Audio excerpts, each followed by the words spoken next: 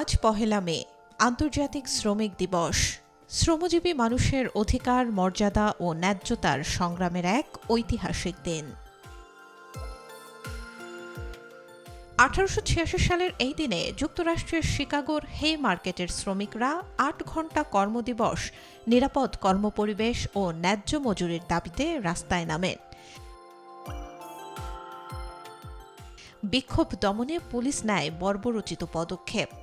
সেই আন্দোলনে পুলিশের গুলিতে বহু শ্রমিক প্রাণ হারান। তাদের আত্মত্যাগই আজকের শ্রম অধিকার প্রতিষ্ঠার ভিত্তি গড়ে দিয়েছে। প্রতি বছরের মতো এবারও দেশ জুড়ে নানা আয়োজনে দিবসটি পালিত হচ্ছে।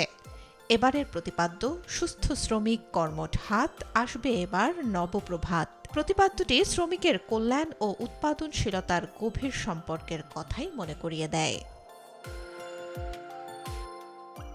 তবে শতাব্দী পেরোলেও দেশের কর্মক্ষেত্রে শ্রমিকের নিরাপত্তা এখনও নিশ্চিত হয়নি।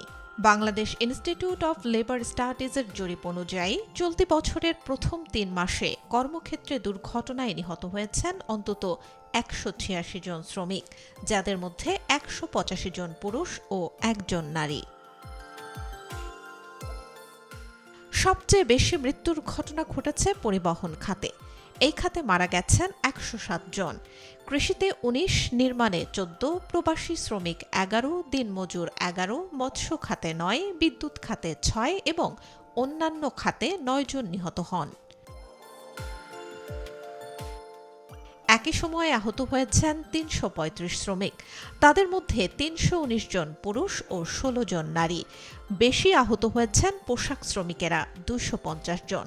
এছাড়া ওয়ার্কশপ, পরিবহন, মৎস্য, নির্মাণ ও হোটেল রেস্তোরাঁ সহ বিভিন্ন খাতে আহত হওয়ার ঘটনা ঘটেছে। বাংলাদেশের শ্রমিকদের অধিকার রক্ষায় বিভিন্ন আইন ও নীতিমালা রয়েছে। ২০০৬ সালের শ্রম আইন এবং এর পরবর্তী সংশোধনীগুলো শ্রমিকদের কর্মঘণ্টা, মজুরি, ছুটি, নিরাপত্তা ও সংগঠনের অধিকার নিশ্চিত করার কথা বলে। তবে বাস্তব চিত্র অন্যরকম। আইন ও নীতিমালা থাকা সত্ত্বেও বাস্তব প্রয়োগের ঘাটতি প্রকট।